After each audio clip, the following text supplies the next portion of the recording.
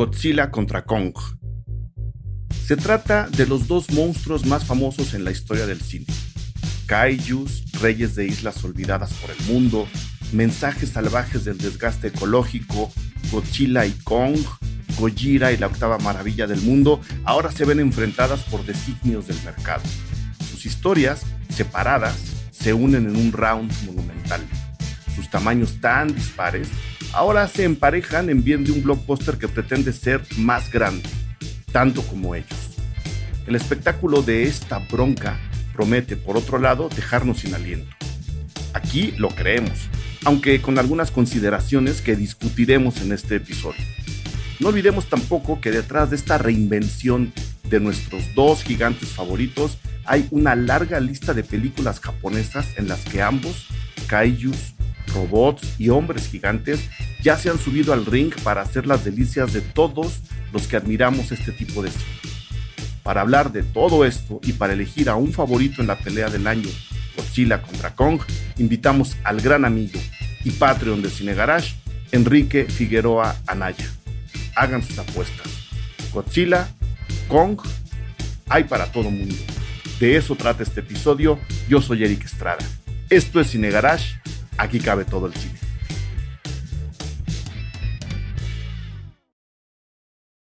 Maravilloso, Enrique Figueroa Anaya. Feliz de que estés en un programa más de Cine Garage. Uno de los primeros Patreons que tuvo este canal. Te agradecemos enormemente el apoyo, el tuyo y el de todos los demás, por supuesto. Todos y todas no saben lo emocionante que es ver que tanta gente quiere que tu proyecto avance y sobre todo que se hagan parte del proyecto. Y Enrique da un paso todavía más porque además de ser parte del proyecto, va a hablar en el proyecto. Enrique, bienvenido. Mi estimado Eric, gente de Cine Garage, como siempre un gusto estar aquí en esta que es casa. Y pues sí, no, uno lo hace con gusto, uno apoya las cosas que valen la pena y bueno, Cine Garage y en realidad todo lo que están haciendo pues vale mucho la pena y queremos que dure mucho tiempo más. Muchas gracias a la comunidad Cine Garage, gracias a la gente que solo da $1. Si pudiéramos pedir menos, pediríamos menos, es lo menos que nos deja el perfil, no se puede pedir menos. Entonces, gracias de verdad a todas y a todos. Godzilla contra Kong. Enrique, antes de entrarle al tema real, no solo de ver quién más va a ganar, sino más o menos qué promete la película, o quieres empezar por ahí, es tu programa. Vale la pena, sí, yo creo decirle a la gente, porque en redes he detectado un desconocimiento natural, ¿no? De toda la fila y toda la cola de largas películas que tenemos con estos dos personajes, incluso juntos y enfrentados. ¿A qué me estoy refiriendo? La campaña de Godzilla contra Kong empezó, pues yo creo que a finales de enero, ¿no? Cuando se publicó el avance, y después a base de memes y de decidir con cuál de los dos gigantes te quedas, ha estado muy viva en redes. Y me he dado cuenta que, con toda razón, la gente más joven, estoy hablando de 20 cacho para abajo, dicen, wow, qué bueno que hacen una película como esta. Sí, qué bueno que hacen una película como esta, pero la han hecho 20 veces antes, ¿no? Sí, sin duda, hay mucho desconocimiento y se combinan dos factores, justamente este que mencionas, pero también que es uno de los blockbusters que se va a lanzar en medio de esta pandemia que ha durado muchísimo. Uh-huh. Y también se vuelve un poco como de lo poco que les queda todavía de estar promocionando, entonces pues sí nos lo van a estar ahí enjaretando, pero sí, como dices, hay un desconocimiento y no solamente por la edad, sino también geográficamente, y eso es algo que me gustaría abordar. Sí, porque hay mucho desconocimiento del Godzilla japonés. Digo, se sabe ahí que surgió en 1954, se sabe que tiene chorro mil películas, pero no se han visto, no se han analizado. La verdad es que ahí hay un vacío muy interesante en un personaje que es pues icónico, no solamente para el cine nipón, sino para el cine mundial. Claro, para el cine de entretenimiento, el cine incluso de género, de subgénero. Yo a la hora de estar escribiendo la entrada para este programa, decía, ¿cómo le llamamos a este cine, al cine de monstruos, al cine de kaijus? Eso es como un subsello, ¿no? El hecho de que el kaiju sea un personaje tan importante en la cultura japonesa, y que haya generado tantos fans, pues bueno, le da una palabra como para identificarlo, pero es cine de entretenimiento. En algunos momentos, tomando en cuenta, por ejemplo, que por lo menos yo a Steven Spielberg lo considero un autor en el cine de entretenimiento. Las primeras Godzillas, ¿no? Los trabajos de Ishiro Honda también pueden ser considerados de alguna forma como cine de entretenimiento de autor o cine de autor de entretenimiento. Hay algunos sellos por ahí, algunas inquietudes muy claras, especialmente en las primeras Godzillas. Y ahora, ¿no? Como es como un subgénero, aunque ya lo están rescatando las grandes productoras estadounidenses, como es un subgénero ahí, ¿no? Que muchos creen que es para niños, que muchos creen que es nomás para pasar el rato, que muchos creen que no cuenta nada. Además de ese desconocimiento geográfico que mencionas, sí hay un una inclinación a quitarle valor a este tipo de películas, cuando desde mi punto de vista, en todos los niveles que acabo de mencionar, tienen valores gigantescos, empezando por el entretenimiento. Sí, sí, sin duda. Bueno, acabas de tocar un elemento que abre aristas para diversos elementos que me gustaría tocar, pero sí existe de hecho un género allá en Japón que es el famoso Dai Kaiju Eiga. Este género es el que se le usa para denominar justamente a las películas de kaijus, que eso es precisamente lo que viene a inaugurar Godzilla en el cine en 1954. Y esa misma dificultad es la que provocó y la que sigue provocando que Godzilla japonés o Gojira, ¿no? Gojira. Tuviera tan difícil acceso en el mercado de los Estados Unidos, en el mercado occidental, porque justamente cuando la primera Godzilla viaja para allá, quienes la distribuyen, pues tienen esta duda de qué es una película de horror de un monstruo destruyendo una ciudad o es una película de ciencia ficción sobre un modo creado por radiación atómica. Ves la primera película, podrías tratar de incluirla por ahí, pero ya después cuando te encuentras con las demás, encuentras comedia, obviamente encuentras Sí. subgéneros, hay espionaje, hay horror, de verdad es que a lo largo también del Godzilla, de esa primera época, que es la época Showa, si no me equivoco, es cuando encontramos justamente a este Godzilla, una época que por cierto acaban de lanzar hace un par de años en Criterion, que Sí. vale mucho la pena, no me he hecho de esa, la verdad es que está bastante cara. Sí, no. Pero la verdad es que toda esta época se mete en eso, en esa dificultad de los Estados Unidos de no comprender cómo se clasifica este personaje que es netamente japonés.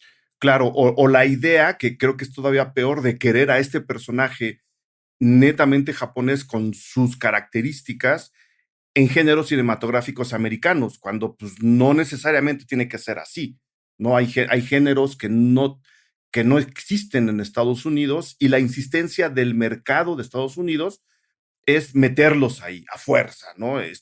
Si hay espionaje, pues bueno, debe ser un thriller, pero no, como dices, todos los Gojiras tienen otras cosas, desde la comedia hasta el horror, y el grave error del mercado americano, en general, hablo del continente, es quererlo meter en nuestros géneros cinematográficos, cuando en realidad es un género netamente japonés, que en consecuencia no tiene traducción a nuestra... Sí, hay una traducción, pero no hay un sello, no hay una marca, ¿no? Hacia lo que nosotros solemos consumir en cine. ¿Cuál es entonces, mi estimado Enrique, ese género? Repítenos el nombre.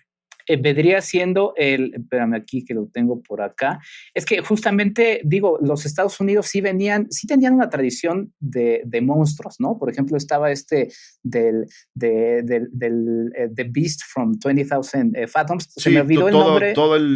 Todo el cine de horror cine de horror, ciencia ficción de la Guerra Fría, ¿no? Que Sí. empieza en los 50. La bestia de los, no sé si son 100,000 o 1000 ojos, pero es la bestia de los 100,000 ojos, Tarántula, que viene después de la de las hormigas gigantes, o sea, todo eso, pero no son kaijus. No son exactamente kaijus. De hecho, mucho de eso también tuvo que ver en la forma en la que se antropomorfizó, se me fue la palabra. Antropomorfizó. Exactamente, sí.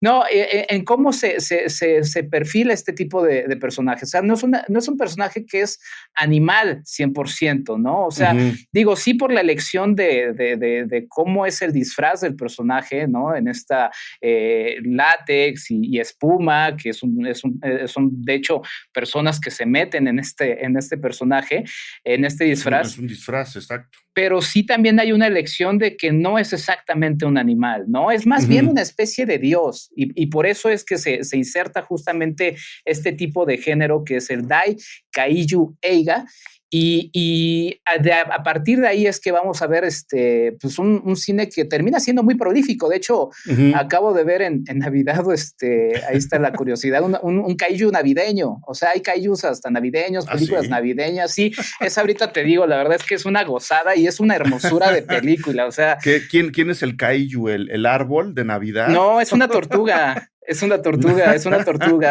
Yo tengo una tortuguita que lamentablemente no he podido visitar recientemente, pero sí, la verdad es que es un género muy prolífico que además se fue presentando en animes, en caricaturas, en mangas. Los japoneses inmediatamente lo adoptaron y lo adaptaron además porque venía del drama japonés, del teatro japonés, de la ópera. O sea, era algo que no les era tan ajeno como si nos es en Occidente ese tipo de arte, ¿no? Claro, porque en este tipo de otros espectáculos, también parte de la cultura japonesa, el teatro, ¿no? El contar historias, los dioses y los espíritus que aparecen en particular en el teatro con maquillajes muy particulares, con máscaras muy particulares, con trajes, ¿no? Que denotan su naturaleza no 100% humana, pues son antropomórficos, ¿no? Están interpretados por un actor que está maquillado y que está disfrazado. Trasladar esa idea, ¿no? De esa divinidad del teatro al cine, para ellos, sabiendo que Godzilla es considerado un dios en algunas de las películas, en la primera no, pero hay otras donde sí es considerado un dios, pues es como una transportación hasta cierto punto más natural. Entendiendo eso, uno sabe pues, que la Godzilla, por ejemplo, ¿qué fue el 2000 y cacho, ¿no? Que era un tiranosaurio Rex al 100%, pues era la menos Godzilla de todas las Godzillas. Sí, bueno, la menos Godzilla de todas las Godzillas vendría siendo la del 98, ¿no? La de Roland Esa. Emmerich, exactamente, que además, la de Roland Emmerich, sí. Revisándola, la volví a revisar porque estoy en la aventura titánica de chutarme todas las Godzillas. Todo lo godzileable. Todo lo godzileable. Esa Godzilla del 98 se parece más a la bestia de las 20,000. De los 20,000 ojos, sí. Sí. Ahora te digo cómo se llama esa. De hecho, es prácticamente igualita, ¿eh? O sea, en muchos planos, hasta por el diseño del personaje, es prácticamente igualita esa película. A mí me da la teoría de que es más, es chistoso porque además esa viene siendo la influencia de la Godzilla japonés, entonces la Godzilla estadounidense lo que busca es como homenajear la influencia de la Godzilla original, y de hecho en el canon japonés ese no es Godzilla, ese se le llama ya Sila. O sea, ni siquiera merece el nombre, y hay una película de las Godzillas más recientes en donde se pelea con el Godzilla original, y el Godzilla original de una coletazo hace volar al del 98. Con un escupitajo radioactivo se lo echa a la bolsa. Mira, Love and Peace se llama Sion Sono y es el director de Love and Peace, esta película de kaijus navideña que vale toda la pena, de verdad es una chulada. Sé que igual ahorita que lo estoy diciendo y si no la han visto van a decir ¿qué es esa jalada de una película de kaijus navideña? Ajá. Es una hermosura. Soy bien chillón, me puse a llorar con esa película, te lo juro. Pero Sion Sono es el que dirige esa película. Sí, exactamente, un realizador que tiene una filmografía bastante interesante y se inserta en esta película que la verdad tiene mucho mensaje, y además, mira, ahora que la menciono, Love and Peace, es una película que habla un poco también sobre esta ilusión de las cúpulas, de querer hacer pensar a la población en general que los Juegos Olímpicos son algo que les va a traer prosperidad. Se inserta en la discusión actualmente de que el propio Japón no están ya tan felices de la idea de hacer esto, y también un poco rescatar a Godzilla vale mucho la pena por el asunto que estamos viviendo ahorita, ¿no? O sea, nuestra relación con el planeta, los daños que ha generado y los daños que generará. Todo apenas estaba leyendo una nota de Bill Gates diciendo, espérense, si ahorita están pensando que esto es horrible, los efectos del calentamiento global en 30 años van a ser mucho más devastadores. Uh-huh. Y lo que a mucha gente se le olvida es que Godzilla, con el paso de los años, ha ido reflejando esos miedos, muy al contrario de lo que han hecho monstruos mucho más americanos, como King Kong, ¿no? King Kong tiene un espíritu muy particular, tiene una función muy particular, tiene una historia muy determinada, tanto que fuera del King Kong tradicional, muy pocas veces lo hemos visto contarnos otras historias, que se ha acomodado, medio acomodado, hablo en particular de la versión de los 70, a las inquietudes de esos años, pero después se le olvidó al cine americano que King Kong podía contar esas historias porque, de nuevo, King Kong no es un kaiju, es un monstruo americano, y esa yo creo que es la primera diferencia que podemos tener para entender qué partido vamos a tomar, si Godzilla o Kong. Godzilla es un dios y Godzilla ha evolucionado y tiene millones de historias. Kong, con todo lo bien que nos cae, menos el de Peter Jackson, Kong, pues es un dios en su isla, y el dilema de ese monstruo es que lo traen a un lugar en donde en lugar de Dios se convierte en la octava maravilla del mundo. Es parte del espectáculo del mundo occidental, y ahí se acaba su historia, ¿no? Y es una historia muy bonita, el enfrentamiento con la civilización, ¿no? El enamoramiento, esta lujuria desbordada que puede representar el gorila detrás de la chica, ¿no? El choque entre la bella y la bestia, la unión entre la bella y la bestia. Su discurso es muy interesante, pero no ha cambiado con los tiempos, ha cambiado muy poquito. Godzilla es todo lo contrario, Enrique, ¿estás de acuerdo? Sí, sin duda. Ahorita que lo mencionabas, es que hay una particularidad que lo separa, ¿no? O sea, uno ve The Lost World también, por ejemplo, ¿no? Sí. Y ve todo el camino de esas películas que terminan siendo grandes éxitos en los Estados Unidos, y cuando llega Godzilla no lo es, pero hay una particularidad, o varias, pero voy a mencionar dos. Una es la propia fragilidad del japonés frente a la vida, ¿no? Estamos frente a una nación que está prácticamente sobre una falla sísmica. A unos días del día que estamos grabando, volvieron a sufrir un sismo. Terremoto. Un terremoto, sí, pero están muy preparados porque para ellos eso termina siendo pues, su día a día. Aquí en México digo, cada vez que yo digo, bueno, es que puede pasar, ¿no? Y dicen, no, cállate. Es que aquí decidimos vivir, ¿no? Y es una zona sísmica. Allá lo tienen muy, muy claro. Y hay una película que también vale mucho la pena revisar, de las Godzillas, animada, es un anime, es reciente, está en Netflix, la trilogía completa, y hay una escena que me hace mucho eco porque resume muy bien lo que es Godzilla. Le dice un personaje al otro que vive ahí con el peligro de Godzilla, le pregunta, ¿pero no le tienes miedo?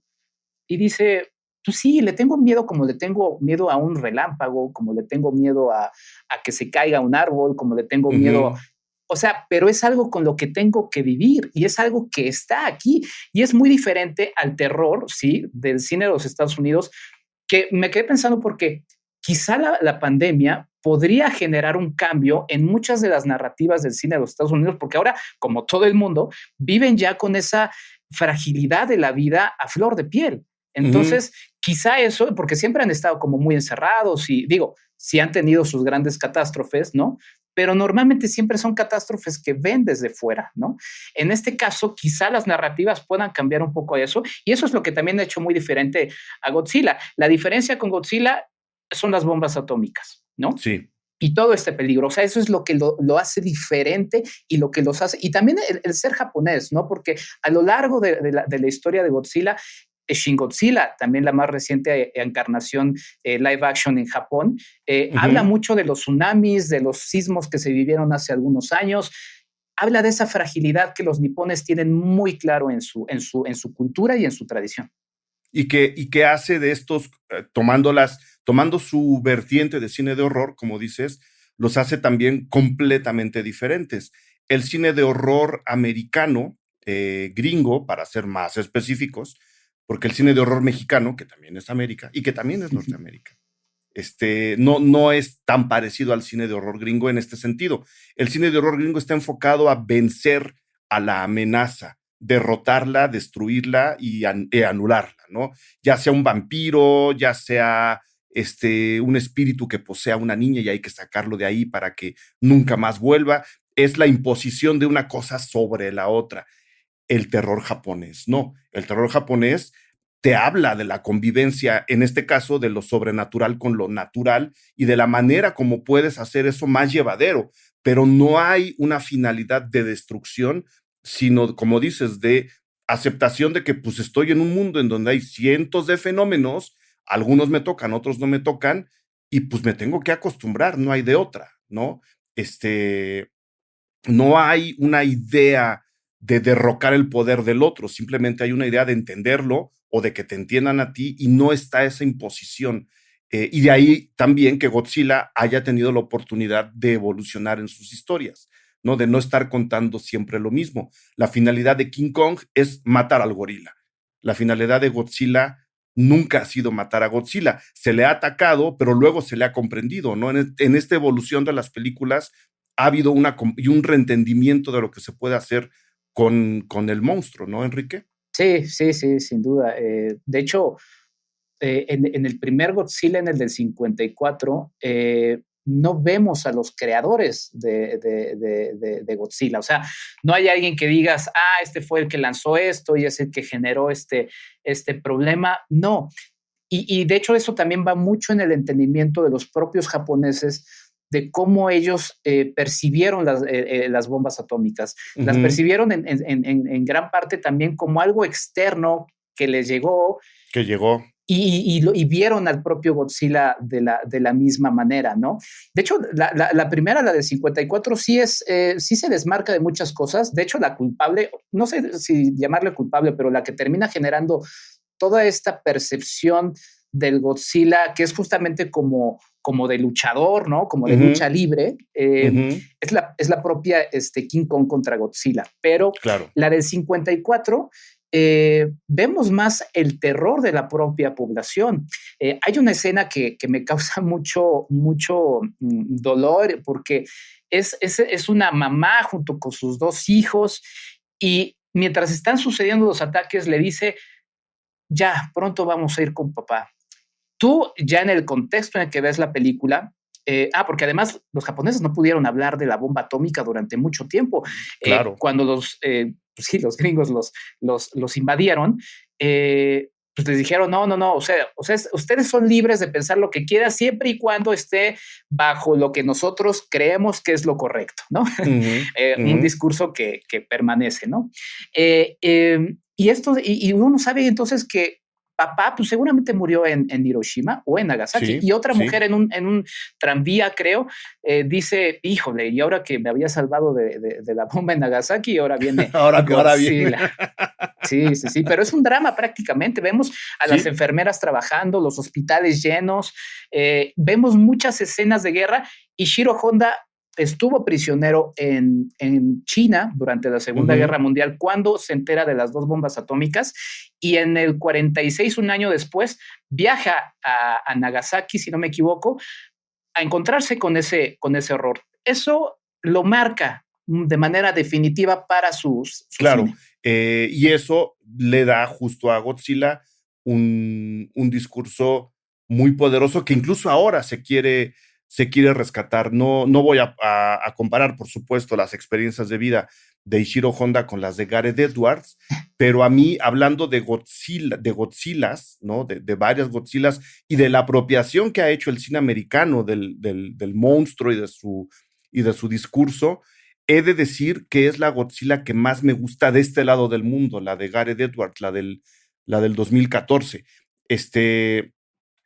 Gareth Edwards hizo una película antes de esto que se llamó Monster, no sé si la pudiste ver, que a mí me parece una fábula de ciencia ficción postapocalíptica maravillosa, una película chiquititita, ¿no?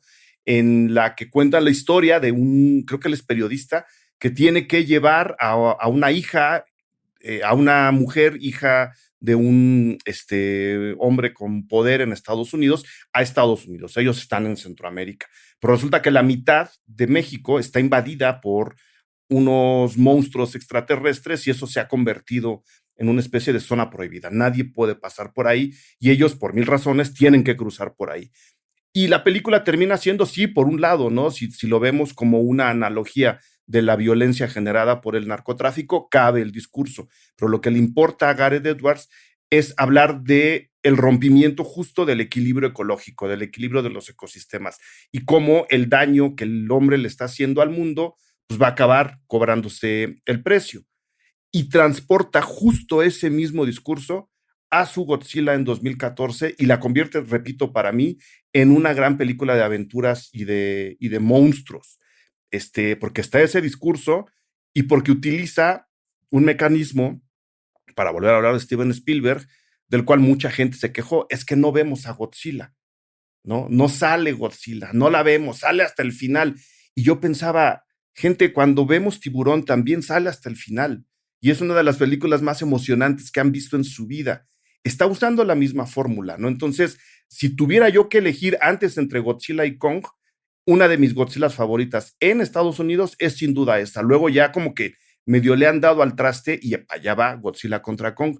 Pero repito, Godzilla nos da más juego y más onda en los discursos. Y creo que Ishiro Honda mete justo muy bien sus propias experiencias, sus propias inquietudes en las películas que hace del monstruo. ¿Cómo cuántas hizo? ¿Tienes ahí la cuenta? Ishiro Honda, no, pero sí fue junto con otro realizador el que más películas de Godzilla hizo. Y de hecho es interesante porque se critica mucho. Ahorita retomo algo de lo mucho que dijiste porque sí me interesan unos puntos sobre todo. Sí. Honda, inclusive en esta etapa como infantil, porque se le llama así, porque, bueno, sí, o sea, hay mucha comicidad. A Toho le gustaba eso. 30% de sus producciones al momento de lanzar Godzilla eran comedias. Sí hay, pero era también intención de los realizadores. O sea, hay escenas donde vemos a Godzilla volar, ¿no? Volar con su aliento atómico, a Godzilla lanzarse una patada voladora. O sea, esas cosas son el pequeño hijo o no hijo de Godzilla, sino que es como su hijo adoptado, que ahorita se me fue su nombre, que no es Gotsuki. No es Gotsuki, creo que es Mojila o Minila, es Minila. Minila. Todo eso, hay una película en la que Minila para hablar con un niño se hace chiquito, se va haciendo grande, se pelea con un bully, o sea, todo eso existe. Pero son fábulas. Sí. Pero mencionabas el asunto del autor y mencionabas a Spielberg. Me haría falta más revisar de Edwards. Yo no he visto esta película que mencionas, pero es también un poco la tragedia del cine industrial de los Estados Unidos. Y ahorita otra vez regreso con Honda. Gareth Edwards fue este personaje al que Lucasfilm le mutiló su película, Rogue One, por el miedo de ver el sello del autor, ¿no? Y en las películas de este monsterverso que nos están vendiendo, pues no estamos viendo a estos directores. O sea, hubiera sido muy interesante ver a Gareth Edwards desarrollar, así como Christopher Nolan con un producto industrial como Batman. Claro. Hubiera sido muy interesante verlo, porque sí, esa Godzilla que mencionas de Edwards, sí tiene es una Godzilla muy japonesa. Sí, una Godzilla, y nomás para darle más idea a la gente, que además se rompe por completo en la siguiente Godzilla que hicieron, que ya no era de Gareth Edwards tampoco. Toda esa Godzilla que les cuento, la del 2014, está filmada desde el punto de vista humano. O sea, es muy raro que veamos a Godzilla a la altura de los ojos. Siempre la vemos como inalcanzable, como lejana, como detrás de las nubes, que de nuevo fue la queja de la gente. Y a mí se me hizo completamente natural. Godzilla tiene que verse como un dios, ¿no? Está presente, pero al mismo tiempo no. Y en las otras películas lo pierden por completo.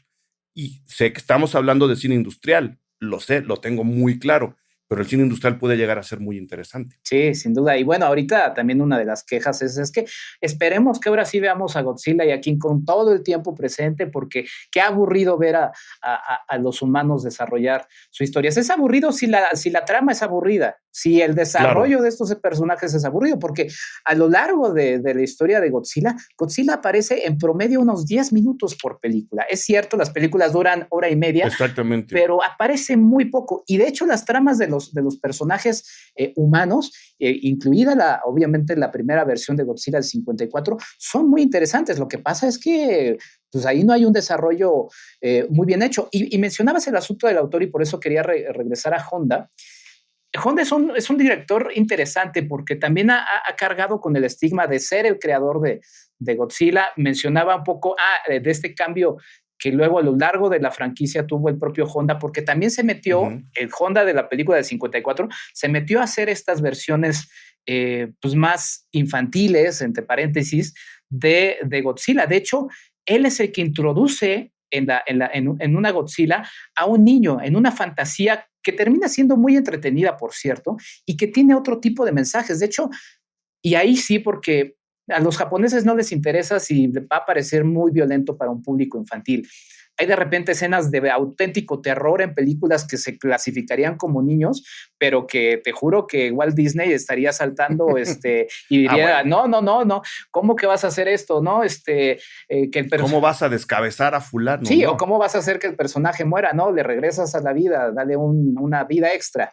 Y Honda tuvo mucho de este desprecio, pero Honda trabajó con Kurosawa. Sí. Honda, de hecho, era gran amigo de Kurosawa, fue asistente de Kurosawa y lo ayudó en las últimas películas de este. De hecho, es muy interesante porque si uno se pone a ver en libros, había esta como incomprensión de la crítica estadounidense y había también mucho estigma y mucho desprecio también de los propios estadounidenses en aquella época para con los japoneses, y yo creo que todavía permanece, pero cuando se hablaba de la faceta de Honda con Kurosawa se le llamaba Ichiro Honda, pero luego por esta situación de los kanjis que es un poco difícil de traducir literalmente, cuando se hablaba de su paso por Godzilla era Inoshiro Honda, o sea, decían no puede ser el mismo director, y sucedía lo mismo con los actores, o sea, había actores que se mencionaban como Takashi Shimura, que es el paleontólogo que está como muy preocupado en la del 54 porque van a matar a este Godzilla. En unas reseñas del New York Times se les mencionaba como el mejor actor del mundo, pero cuando se hablaba de Godzilla en general decían ninguno de ellos sabe actuar. O sea, había esta distinción y esta idea de no es posible que estos actores que veneramos sean tan malos.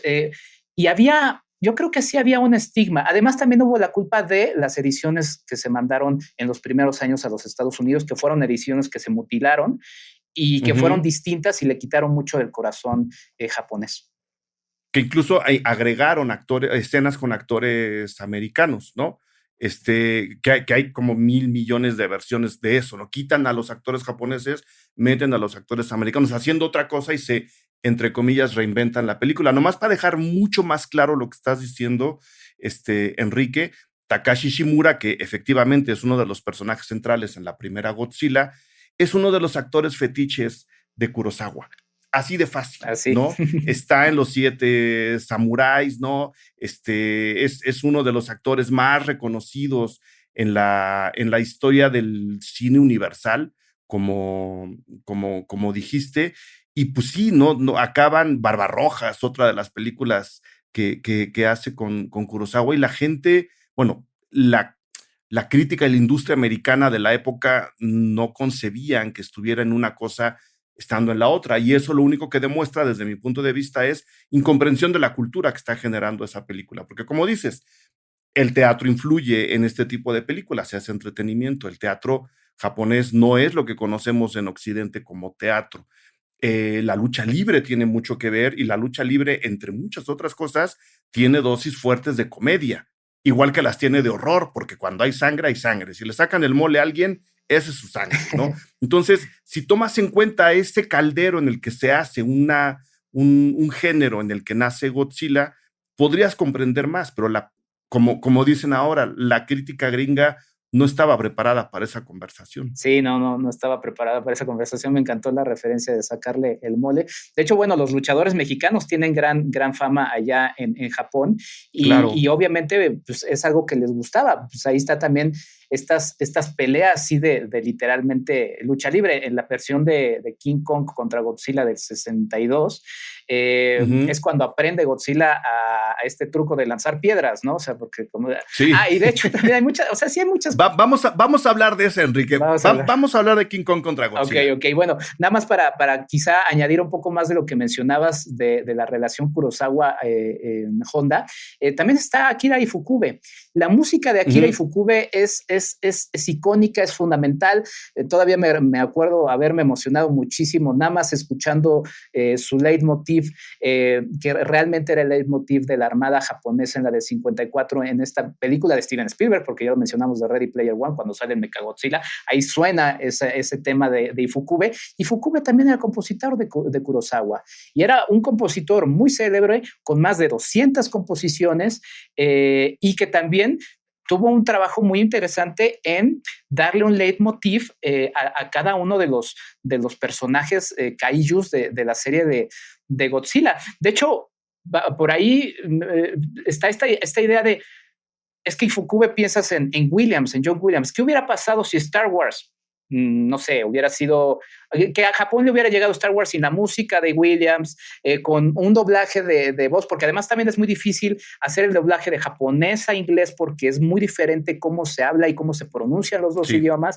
¿Qué hubiera sucedido con esto? Escenas mutiladas, que quizá en lugar de te hubieran puesto un reportero ahí en Star Wars, ¿no? Diciéndote, ¿qué hubiera pasado? La percepción de Star Wars hubiera sido totalmente distinta. Diferente, de acuerdo.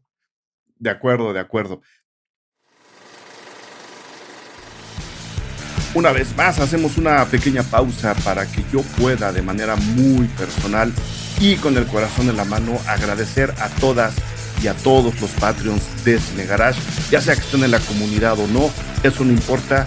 Lo que ustedes están haciendo por nosotros lo llevamos en el corazón. Con su aportación podemos seguir haciendo estos podcasts, podemos seguir generando proyectos alrededor del cine y podemos sobre todo hacer que esta comunidad sea más grande y que el cine nos haga entender mejor a los demás y a nosotros mismos. Si ustedes quieren sumarse al perfil Patreon de Cine Garage y disfrutar sobre todo del contenido exclusivo que hacemos para la gente que está ahí adentro con nosotros, lo único que tienen que hacer es ir a patreon.com/Cine Garage, elegir el nivel de aportación con el cual quieren participar, hacerse parte de esta comunidad y de este proyecto, serían parte de Cine Garage y entrar, ¿no? Y comenzar a disfrutar, repito, no solo del material exclusivo, sino de muchas de las recompensas que ahí damos a todos y a todas ustedes. Patreon.com/Cine Garage, ahí los esperamos. Por ahora, de verdad, millones de gracias a Amsterdam Méndez, que acaba de llegar, además, Paloma de la Vega, ellos son como los dos más nuevos que tenemos ahora, Maciel Mendoza, Gaby Guillén, Miguel Pulido, hermano Magali Valencia, Pablo Almestar, María Rosa Valencia, Luis Carlos San Juan Pérez, Alain Maciú Paulín, Jazmín Vargas y Ruth Salazar. Un abrazo y todo nuestro agradecimiento.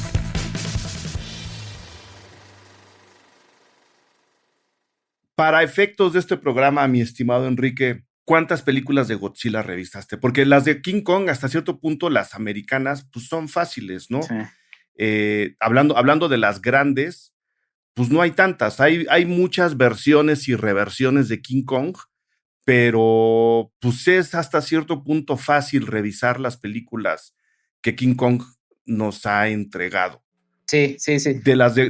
O sea, y no se me ocurre ninguna de las tres importantes, ¿no? La de los 30, la de los 70 y la de los 2000, como para decir, wow, King Kong tiene un peso dramático más importante que Godzilla. O sea, aquí la rockstar es ella, ¿no? Que además creo que es hembra, ¿no? Creo que además en todas las películas es hembra. No me acuerdo si en la primera se determina su sexo, su género. ¿De Godzilla, dices? No se habla de eso, ¿verdad?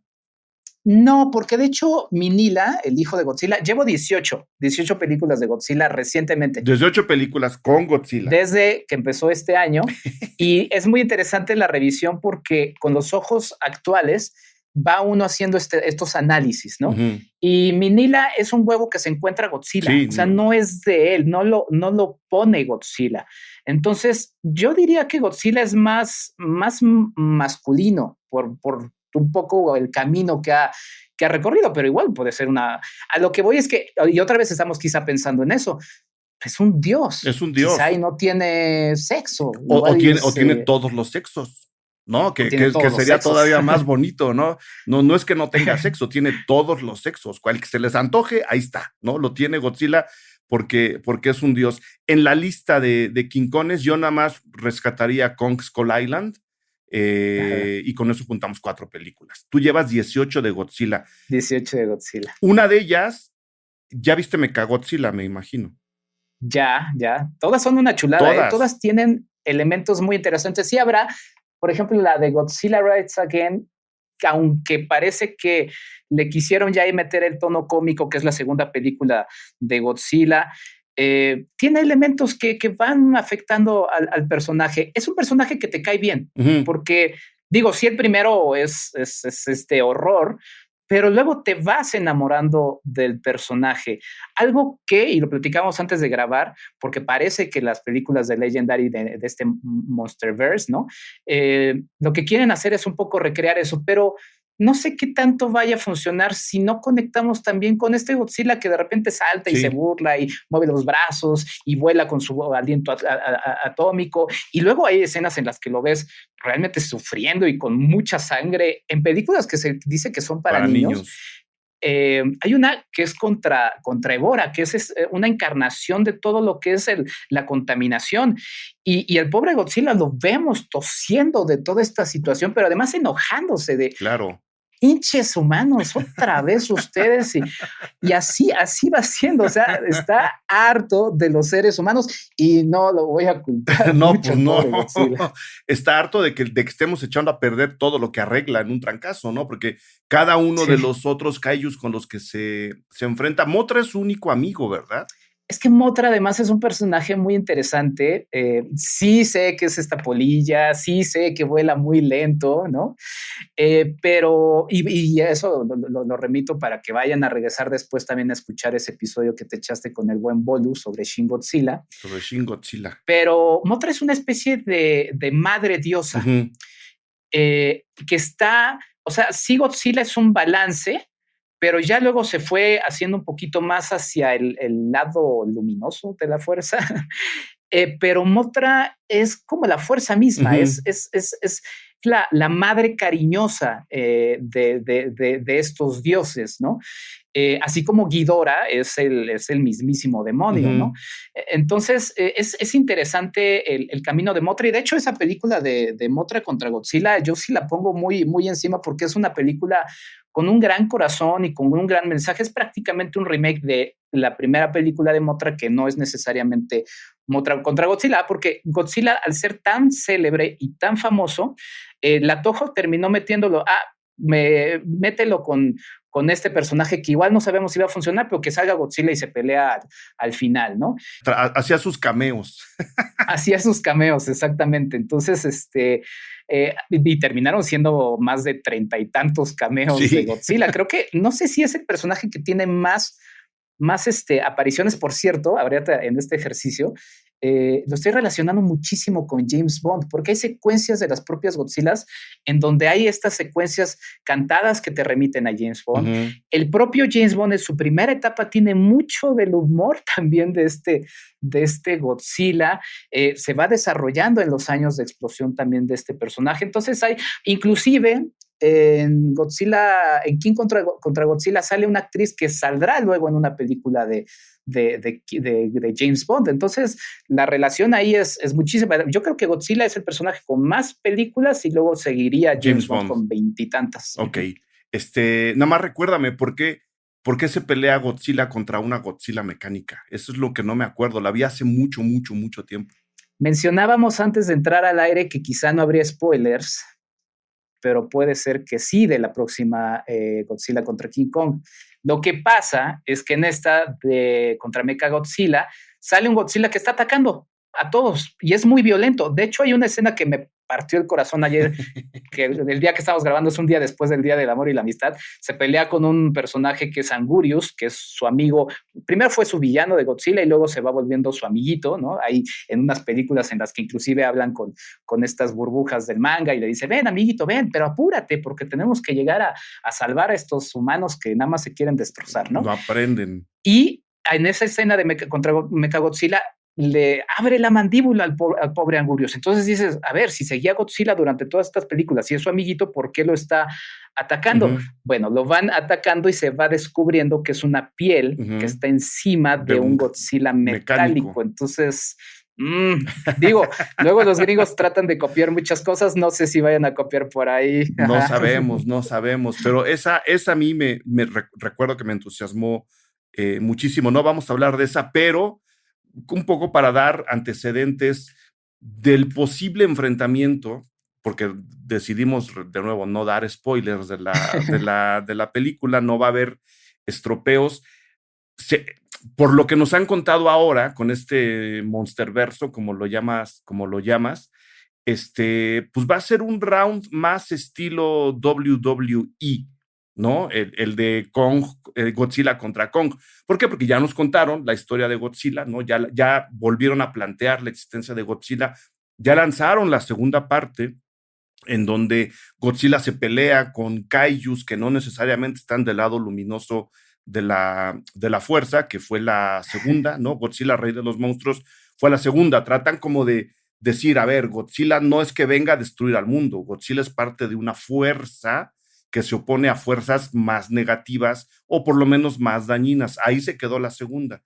Y la historia de Kong, lo único que hicieron fue mandarnos a la precuela, ¿no? Ya conocemos al monstruo, sacan Kong Skull Island, que lo traen a la civilización, por llamarla así, y pues por supuesto las cosas se salen de control.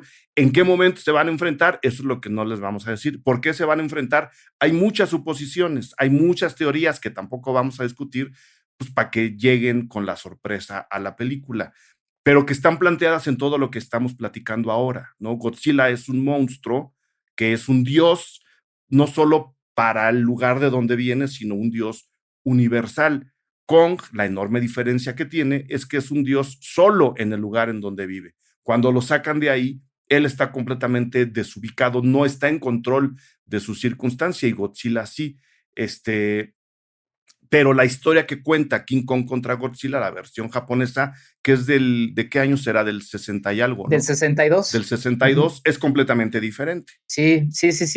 Es curioso porque, sí, o sea, como dices, es una batalla de la WWE, la próxima Godzilla contra Kong, pero la King Kong contra Godzilla era una especie de mofa de eso, y como que los gringos luego como que no son muy lentos como Homero Simpson, ¿no? En esta caricatura en la que le dicen, vaya que eres lento, Homero, ¿no? Porque se sigue pensando ahí, así son luego, ¿no?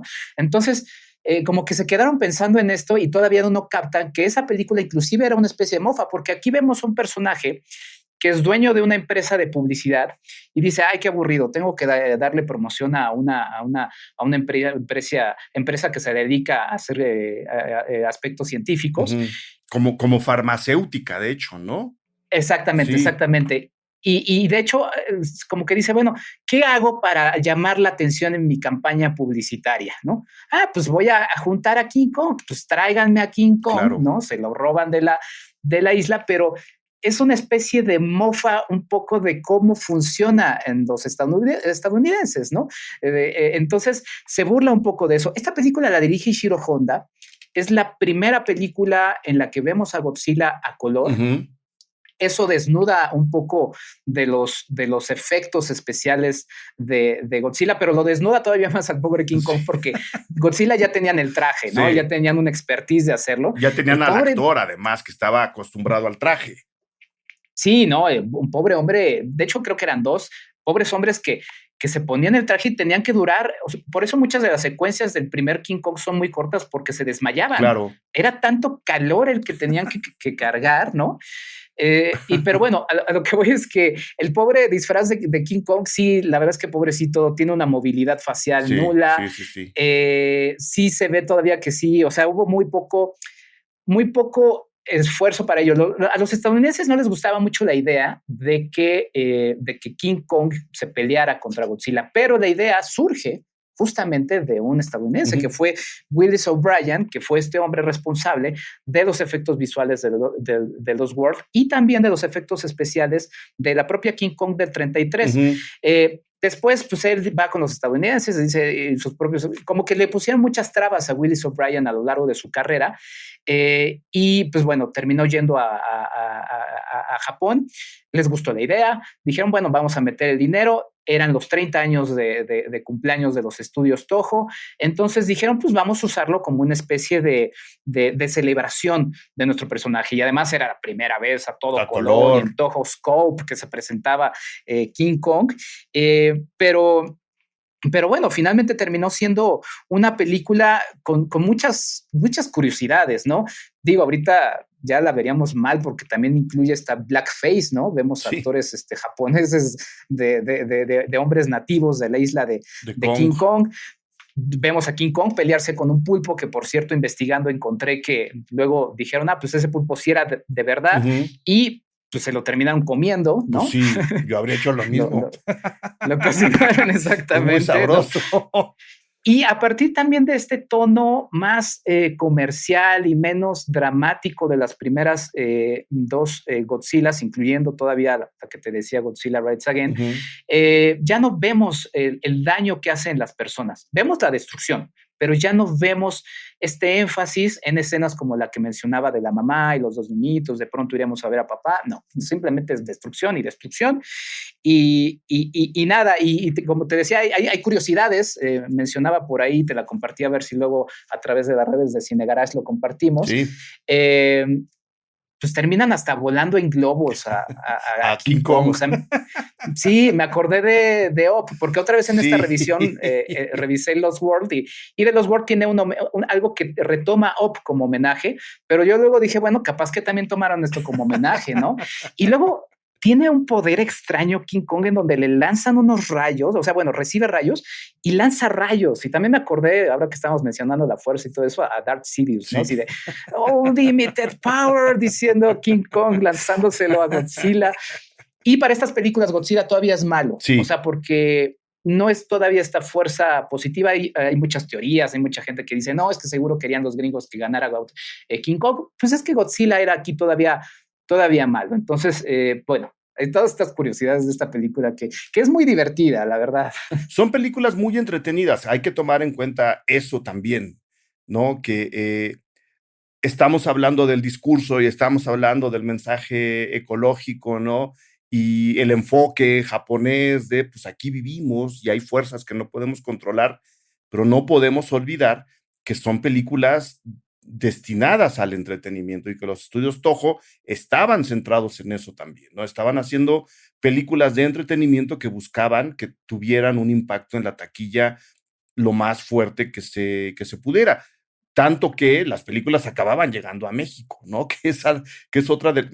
quizá yo no recuerdo, no he investigado además si en sus años el estreno era como, no, el estreno de King Kong contra Godzilla, vamos a ver, yo no sé si tenían ese impacto, pero años después, décadas después, uno las acababa viendo en las matines del cine de la esquina. Ahí estaban las películas, subtituladas al español, con lo cual quiero dar a entender que a las distribuidoras les interesaba lo que en ese caso se estaba haciendo como entretenimiento para llevarlo lo más lejos posible, ¿no? Entonces, están ahí. Con lo que no estoy tan de acuerdo, mi estimado Enrique, ya me darás tu opinión, es que ahora estén queriendo replicar en Estados Unidos este monsterverso que ya lo vimos, ¿no? Es larguísimo en cuestión de nombres de películas ejecutadas en donde hay muchísimos personajes, ¿no? Hablando de los kaijus especialmente, que lo quieran rehacer ahora en un mundo en el que ya estamos viendo que la ganancia por la ganancia y el consumo por el consumo nos están llevando justo a la debacle y al abismo. Me da un poco de tristeza que lo hagan tan grande, tan monumental, tan gigantesco, cuando pudiendo hacer películas mucho más modestas, probablemente tendrían un interés real sobre lo que le van a contar al público. hablando de nuevo con lo que le hicieron a Gareth Edwards, ¿no? De, no, señor, usted está contando demasiado, no queremos mandar mensajes. Yo, a la hora de revisar Mank, por ejemplo, la película de David Fincher, otro director industrial que es autor, ¿no? Me fijé mucho en una parte de la película en donde Fincher, bueno, y el guionista, que es su propio padre, dan a entender que a Hollywood nunca le ha interesado lanzar mensajes, nunca le ha interesado contar cosas detrás de la anécdota. Y hay una frase muy clara en la película, hablo de Mank, en la que dicen, si usted quiere mandar un mensaje, vaya a Union Express. Aquí no mandamos mensajes, aquí hacemos películas. Y creo que parte del gran tropezón que están teniendo estas películas, porque la segunda Godzilla ya no era lo que fue la primera, es que no les interesa lanzar un discurso que, con todos los defectos que le podemos encontrar a las japonesas, sí existía. Entonces, nada más quiero vender, vender, vender, vender y que compren, compren, compren, compren, con estas dos figuras que podemos querer tanto por su propia historia en el cine, sí me entristece. No sé qué opines. Sí, no, sin duda, totalmente. Sí era yo creo que sí era un deseo, porque finalmente el cine industrial de los Estados Unidos en los últimos años lo que ha estado haciendo es como rescatar franquicias hasta del bote de la basura, ¿no? No están inventando nada tampoco. No, entonces cuando ven una franquicia que ha pasado por más de 30 películas, pues obviamente el anhelo, la tentación de explotar de la misma manera, pues es evidente. Pero sí, a raíz de los cambios que se han vivido, y también para remitirlos a otro podcast de Cine Garage en el que hablan tú y Penny Oliva de Tenet, yo creo que la metáfora de esta Godzilla contra King Kong va a ser que los dos monstruos se van a terminar destruyendo a los dos, claro, y van a terminar destruyendo este formato de películas que además pues sí generaban mucho dinero, pero también pasaban sin pena ni gloria. O sea, estamos revisando otra vez estas cintas de Godzilla, y como dices, o sea, el cine, porque Godzilla es un cine industrial, sí. El Godzilla japonés. Sí. De hecho, tan importante es, y también ahí podemos poner otro tema sobre la mesa, es qué tan importante es el cine industrial. Godzilla salvó de la quiebra al cine japonés en aquellos años. Fue muy importante. Los japoneses le tienen un amor tremendo a Godzilla. En listados de críticas allá me enlistan siempre a la primera Godzilla entre los lugares más altos. Le tienen un amor y cariño a ese personaje que consideran totalmente suyo, ¿no? Pero sí, quizá es este miedo y que a ver si lo cambia. Luego no soy muy positivo, siempre lo digo, soy bastante negativo, pero a ver si cambia un poco esta situación, porque además, y también para no poner a pelear a los japoneses y a los estadounidenses una vez más. Otra vez más, ¿no? Sí, la relación sí ha ido y venido. O sea, la versión estadounidense de la primera Godzilla llega a Estados Unidos como Godzilla, el rey de los monstruos. Y los japoneses les gustó y dijeron, pues sí, nos gusta la idea de que es el rey de los monstruos.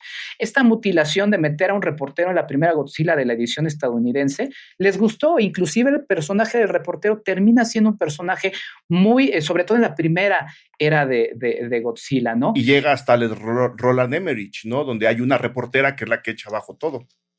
Exactamente, y bueno, de hecho, también en la de Edwards, pues ya vimos de todo cómo traduce eso en su propia visión de autor, que eso está buenísimo.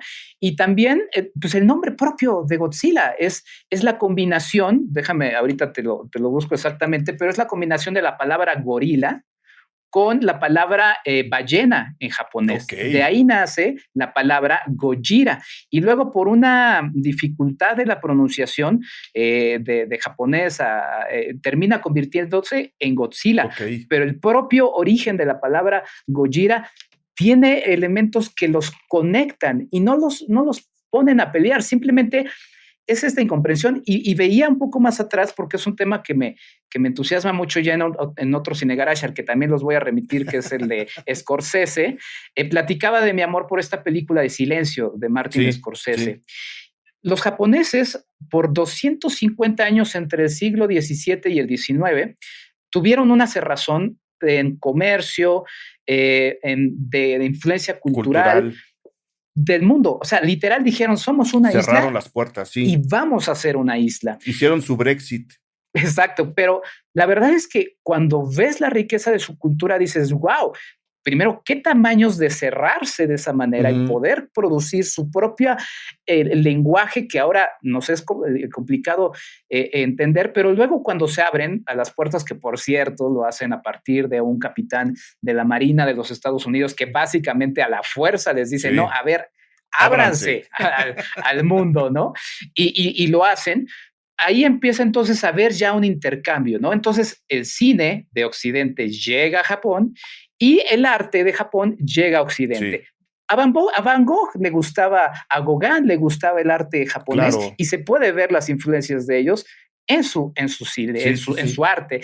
Entonces, no está peleado yo te doy esto, no, lo enriquece, pero el problema es cuando estas grandes industrias, en una incomprensión también que vemos que Gareth Edwards como autor sí lo vio, pues dice, yo lo lleno, pero quizá eso sea algo positivo que nos deje esta pandemia, ¿no? Esta apertura y quizá historias más personales y quizá estos dos monstruos, como lo mencionábamos, se terminen matando a sí mismos y con ellos a un modelo que pues ya muy difícilmente se ve que pueda continuar en las mismas proporciones. Claro, no vamos a dar estropeos. Yo lo único que voy a dejar aquí muy, muy manifiesto es mi, Millie Bobby Brown. No, ya no puedo.